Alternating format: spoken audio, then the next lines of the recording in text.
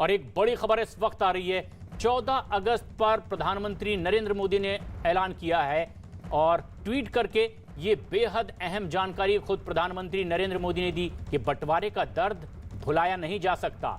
लाखों लोगों को विस्थापित होना पड़ा था इसी 14 तारीख को। नफरत और हिंसा विस्थापन की वजह रही। हजारों लोगों को अपनी अपनी जान तक गंवानी पड़ी थी इस बंटवारे के वक्त। प्रधानमंत्री नरेंद्र मोदी ने 14 अगस्त पर यह ऐलान किया, विभाजन विभीषिका स्मृति दिवस। विभाजन विभीषिका स्मृति दिवस के तौर पर इसे याद किया गया है। आज प्रधानमंत्री नरेंद्र मोदी की ओर से अमिताभ सिन्हा हमारे वरिष्ठ सहयोगी इस वक्त हमसे सीधे जुड़ रहे हैं।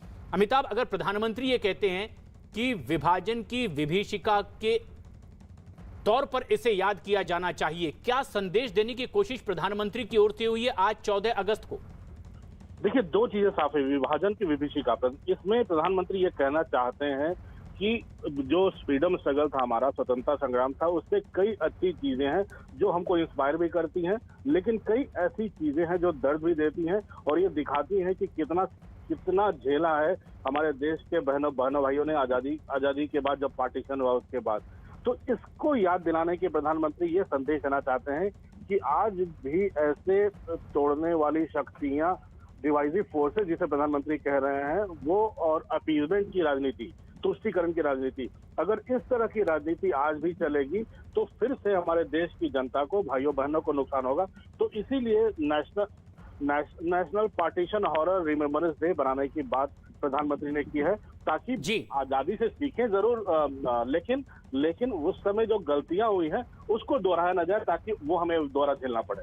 लेकिन प्रधानमंत्री जो अपने ट्वीट में ये बात लिखते हैं कि आज का ये दिन जिस तरह से याद किया जाएगा, भेदभाव, वैमनस्य और दुर्भावना के जहर को खत्म करने के लिए न केवल प्रेरित करेगा, बल्कि इससे एकता, सामाजिक सद्भाव और मानवीय संवेदनाएं भी मजबूत होंगी।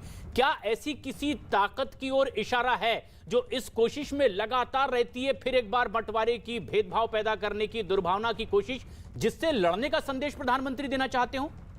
बिल्कुल, प्रधानमंत्री ने किसी का नाम नहीं लिया है, लेकिन जब वो डिवाइसिव फोर्सेस की बात कर रहे हैं कि जो देश को तोड़ने की कोशिश कर रहे हैं, चाहे 370 का मामला हो, चाहे ट्रिपल तलाक बंद करने का मामला हो, चाहे किसान आंदोलन को भड़काने का मामला हो, जो दुनिया भर से जो संदेश आ रहे हैं कि इनको कैसे फंड किया जा रहा है, ये तमाम चीजें हैं जिसको प्रधानमंत्री ने डिवाइसिव फोर्सेस कहा है। जो विपक्ष एक तुष्टीकरण की राजनीति है उस पर निशाना साधा है और ये संदेश दे रहे हैं कि देश की जनता को ये दोबारा न झेलना पड़े, ऐसी स्थितियां नहीं आए, इसलिए जनता भी जागरूक रहे।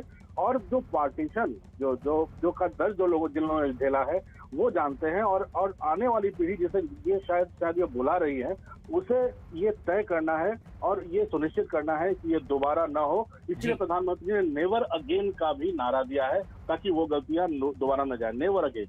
बिल्कुल, प्रधानमंत्री नरेंद्र मोदी ने ट्वीट किया है और आज की खास तारीख पर यह बात रखी है। उन्होंने ट्वीट करते हुए लिखा है, देश के बंटवारे के दर्द को कभी भुलाया नहीं जा सकता।